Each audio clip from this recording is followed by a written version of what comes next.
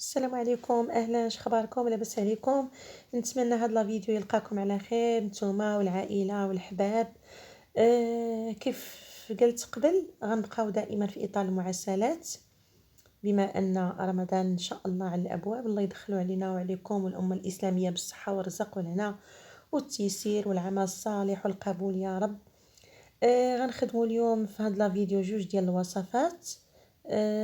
غنخدموا اصابع باللوز والبيستاش، وغنخدموا البقلاوه او البحلاوه بالشوفان.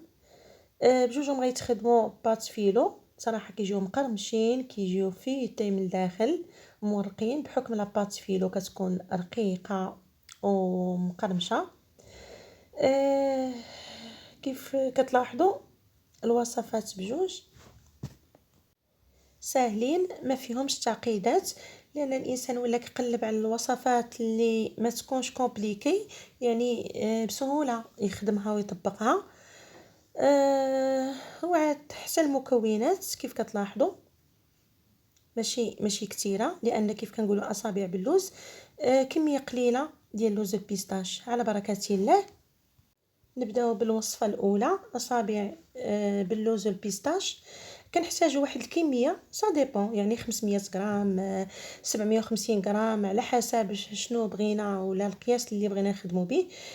مثلا كناخذ واحد الكميه ديال اللوز اللي في السخنه وحمرناها، عفوا قليناها في الزيت تكون بارده، وهشيناها شويه تكون غليظه باش تبان. كنحتاجوا كميه ديال البيستاش يكون صاين، وعجين الفيلو، وما نساوش الزبده سبيسيال للدهن. كيف كتلاحظوا انا بديت الخدمه، لان غير خديت واحد المقتطف قصير من لا فيديو، من الوصفه، هكا باش نوصل الوصفه للجميع اللي بغى يخدمها. كيف كتلاحظوا كناخذوا لاباط فيلو، ما تندهنوها ما والو، هي كتكون سونسيبل. كنحاولوا يعني برفق وحنا كنخدموها. تنسرحوها كلها دفعه واحده، سا ديبون كل امبالاج شحال تيكون فيه من الورقه. كاين اللي فيه 10، كاين اللي فيه 14، كاين اللي فيه قل، كاين على حسب اي ماركه كتثقوا فيها هي اللي غتخدموا بها عفوا. صافي كنسرحوا ديك الكونتيتي كلها ديال الورقات، وكنجيو الطرف كيف كتلاحظوا تنديروا ديك الكميه ديال اللوز ساشي، وترشوا حبيبات الفستق صافي، وكنلفوا كناخذوا غير ورقه واحده اللي كنلفوها، والباقي يبقى لتحت. ودائما تنغطيو بابي فيلم هكا باش ما يضربهاش البرد وما ما تقصاحش، وفي الطي تبدا تهرس لينا، يعني بسهوله نخدموها الا غطيناها حتى كنرجعوا للاخرى كنلقاوها مازال طريه عاد، لان حميناها من البرد، لا سيما الوقت ديال دابا بارد. صافي كيف كتلاحظوا كنهزوا داك البودان، كنهزو مباشره بعد ما لفيناه. الطرف دائما ديال الطاقيه تنخليوه لتحت، وكنهزوه تنحطوه في اللاطه اللي ديجا فرشنا بابي سلفيغيزي هكا باش كيسهل علينا.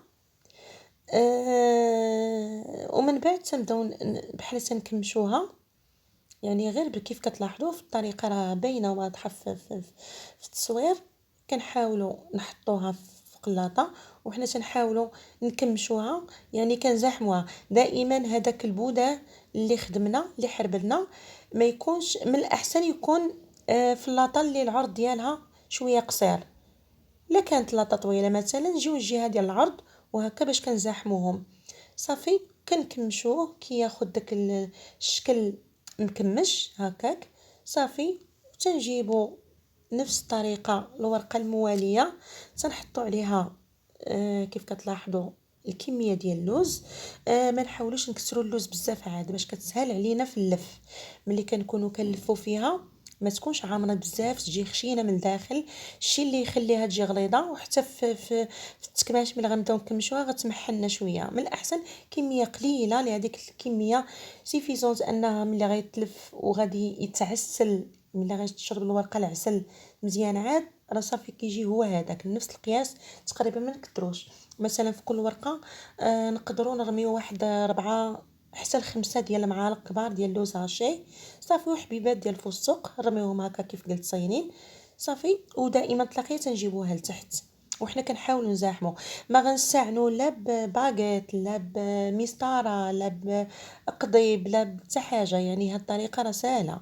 واللي كيبغي يخدم بالطريقه الاولى اللي كنا كنخدموها زمان بالباغيط ولا بشي عصيه صغيره ولا مبرد اولا مبرد ديال ملي قلت المبرد قصدت به المبرد هذاك اللي كنذبحو، هذاك اللي تيكون يعني باغمي الماتيريال ديال الذبيحه ديال العيد، المبرد ديال العود بطبيعة الحال.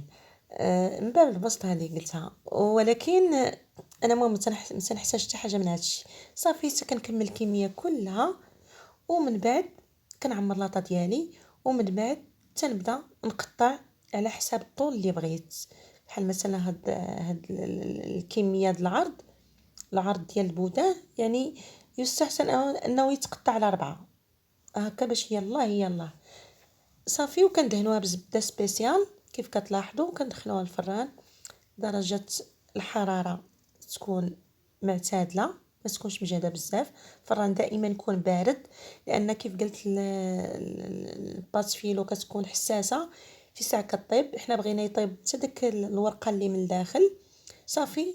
ومباشره كيف كتذهب من الفوق ومن التحت كنخرجوها وهي سخونه، تنسقيوها بالعسل. انا ما كنديرش القطر باش كتبقى مقرمشه وما كتلواش، حتى ولا طالت المده ما كتلواش. ندوزو دابا للوصفه المواليه اللي هي البقلاوه بالشوفان. كتجي رائعه بصراحه. نستغلوه في هاد الشوفان، نستغلوه في لي فارس، ما بقاوش نعتمدوا غير المكسرات بوحدها. مثلا انا خديت كميه ديال الشوفان كيلو مثلا، كنحمروه وتنطحنوه غليظ شويه، تنخليوه حبات شويه بحال مهرسين باينين. 500 غرام ديال الكاوكاو اللي قشرناه وقلينا في الزيت بارده وهرمشناه غليظ. 250 غرام ديال الجنجله محمر وصاين، وجوج معالق تقريبا كبار ديال النافع بلدي اولا النافع البستاني اولا كل واحد كيف كيسميه، هما فيهم 3 ديال الانواع. تقريبا صافي كنخلطوا هاد المكونات كلها. راه مثلا هاد لي فارس بجوج ما كنحتاجوا لا ماده اللي غتخليهم متماسكين لا والو، يعني هكاك. صافي كنخلطوا هاد المكونات كلها كيف كتلاحظوا. بات فيلو كنفرشوا ورقات تقريبا في حدود 6 او 8 على حساب الفيطاج اللي بغينا. المهم ما نزلوش على 6 باش كيجي الفيطاج مزيان عاد وباين. صافي.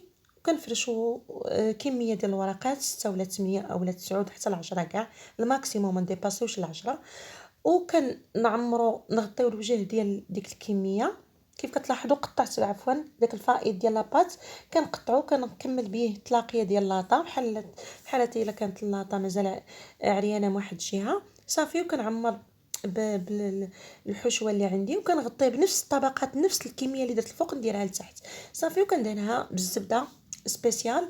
انا كنحاول نزرب لان خديت غير لقطات قليله، لان كانت عندي الخدمه وما يمكنش ليا هذا.